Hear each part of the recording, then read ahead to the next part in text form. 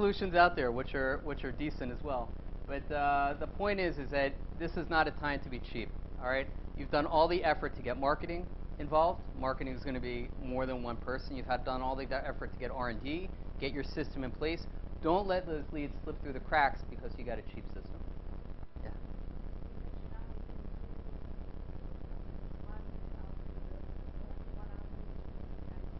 I'm talking only about R&D as far as IT.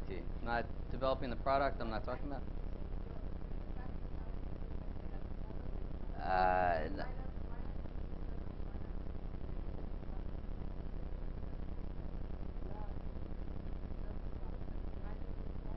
Why do we do it ourselves? We found that, it's a good question. We found that by doing it in-house, basically I just have much more control on what happens. Yeah, yeah. And also, I don't know, really, I've also with LivePerson, it was not IT that did it. It was also R&D. Yeah. Well, think about it. The leads are going into a database, right? And I need to pull them out of the database to put them in. Okay, let me show you what I mean here. When I say with Salesforce, for anyone that's not familiar. Okay, so this is just a standard Salesforce lead page. Thanks. This is a standard Salesforce lead page. Now, I make sure that everything is always recorded in Salesforce. Okay, if I speak to somebody on the phone, I put it in Salesforce. If I find out their position, if I find out somebody that's working for them, I put it in Salesforce. This is going to be a valuable tool for me in the future. What I wanted to point out here is that the items that are not in yellow, these are standard items that are coming in. But go back to your question as far as R&D, this is what Kampyle is able to put in to my lead as soon as I open it up. So my team gets up in the morning and they come in and they see what kind of new leads they have. Look at the information that we're able to add to the CRM. Okay, I know the title of the person, we're pulling that out. I know what other tools this company is using, so I can see, are they using a paid solution already? Are they using LivePerson? That means that they're ready also to pay for Kampyle. Are they using Omniture? That means that they're an enterprise level lead. That appears within my Salesforce account. I know also their Alexa ranking. As much as that's kind of junk, it also gives me an indication as far as how important this lead is and how important I am to them. What I add in always is I always add in the average order value. That's one of my original qualification questions, so I put that right in. I know the lead source, where they came from, okay? I know what package they're using right now, if they're on a trial package or a free package, etc. I know if the package has been installed.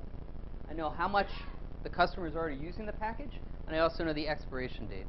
So I'll get to your question, but I'm saying, it's very important that you want to be able to get the whole picture in as quick as time possible. My guys are dealing with 200 to 300 leads per month. Okay, they do not want to open up a website and scan it and understand what's in it, then go to the database and find out how much of our service they have, what they were on, when they started. They get the full picture here. The other thing that's very important is don't forget that your staff might change. So this information is recorded, it's internal. Wait, let me just answer. Yeah. Okay.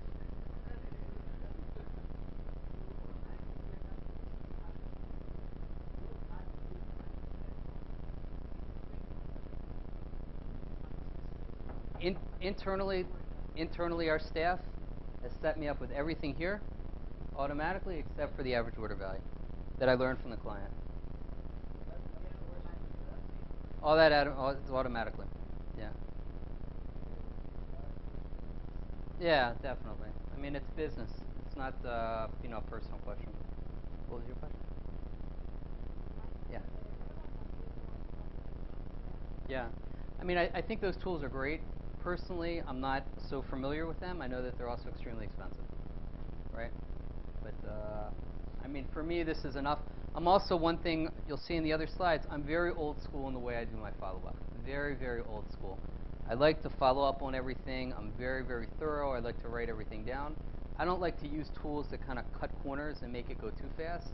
I know that I'm a good salesman, and I know what works for me, and that's basically what I transfer over to my team. Using this thing. Oh, wait, one more. Go ahead.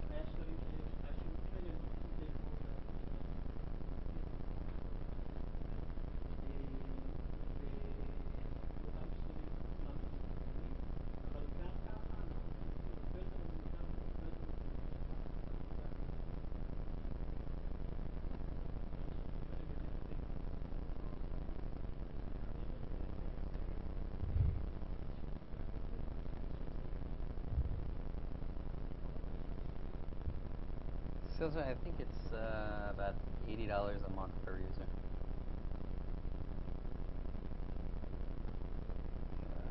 Wait a second here. I lost my place. Sorry.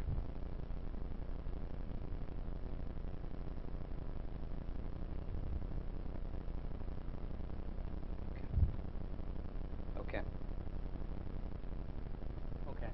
So once we have our system built, the product is already built. I'm already past that. I've discussed with marketing what we're going to be targeting per month per lead, for how many leads are coming in. I have my system that's going to be able to gather the data. Now I'm ready to go out and look for the team. And there's a lot of things that are important. Again, I'll just go up here at the top. It's not something that you should do carelessly. Think about the people that you want. Ariel discussed hunters and farmers. What is your goal? And then these are the things I look for. And this, I'm going to speak to the Israelis and really tell you that, you know, hiring as far as an Anglo inside sales, it's not a time to be Israeli. It's a time to be international. And I'll take it real quick back to also the Internet Retailer Show. Great conversation I had there with a business owner that we were talking about partnership. He said that as far as working with full integration with Israeli companies, he's had it. You know, it's just Israeli companies think about everything that is going to be done their way. The CEO is going to be doing it his way. It's important to know that the Anglos that you might be hiring for this position, we're a strange breed, right? I mean, we've picked up and we've left our family and we've come to Israel. Like, it doesn't make sense. So you have to understand, first of all, because the person speaks English doesn't mean that they're a great salesperson. It doesn't mean that they can write, and it doesn't mean that they're a good team player.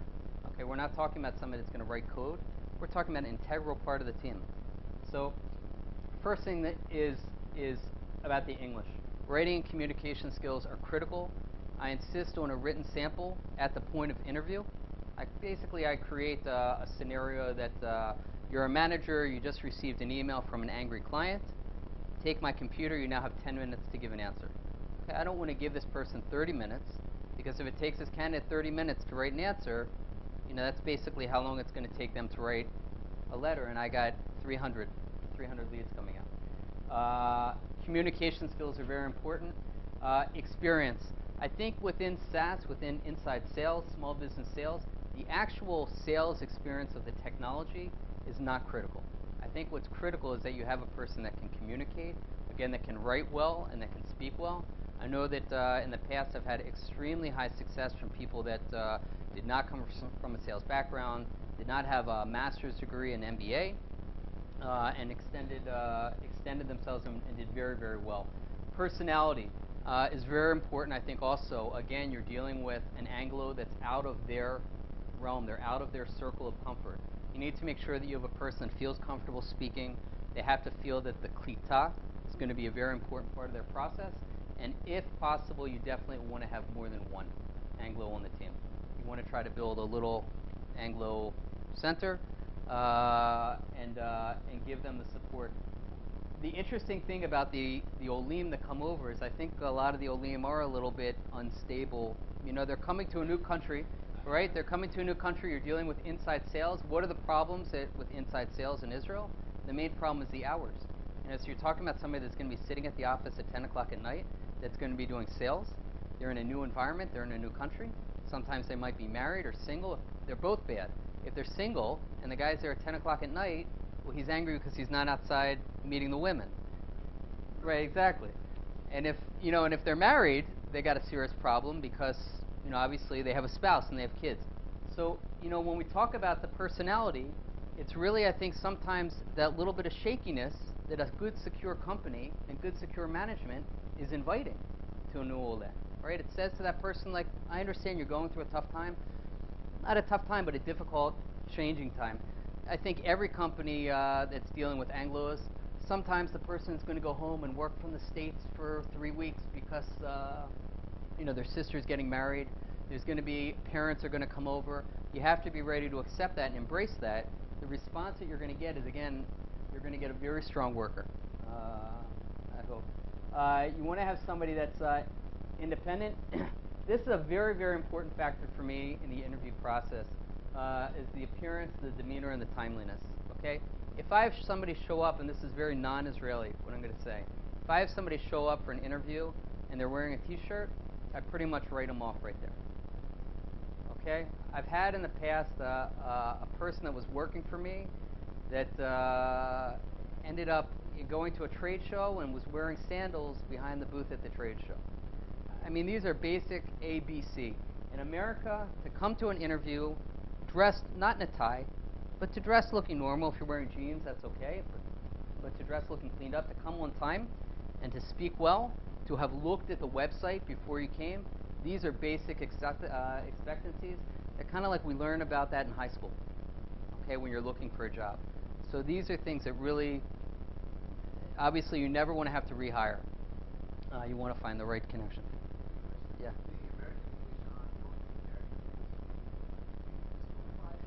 I mean, I've found that really, I think the majority of your market is probably going to be American English. American English is going to be different than South African English.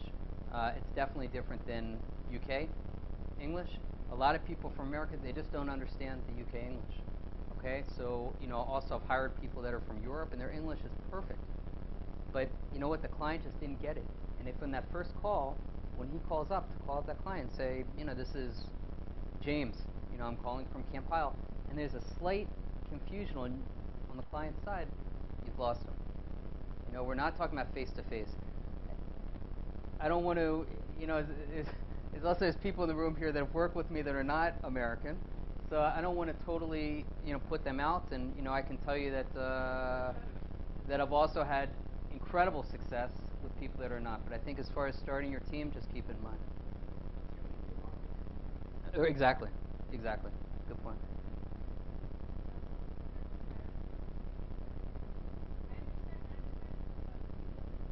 Yeah. I think there's enough. There's enough. I mean, it's not like there's nobody out there to hire. I keep everything local. I keep everything local. I mean, I think that also managing remotely, it can be done. Not at this stage at all. I would never start off and manage somebody remotely. That's for sure. I want somebody right working with me. That if we grow, but again, here we're talking about building the team, right?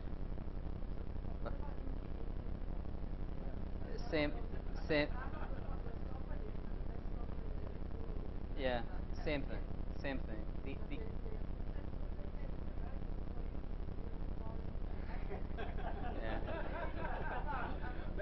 Yeah. To, to be serious, I've heard a lot of the opposite. I've heard people say that right now India, Pakistan. No, so right now just think of the American mind frame. You have 9/11. You have India, Pakistan. Like an American doesn't know the difference between India, Pakistan. They have this accent. I would definitely say again for starting the team. For starting the team, if you take somebody from I think that might be tough. Let's just take one more question and then we'll go on.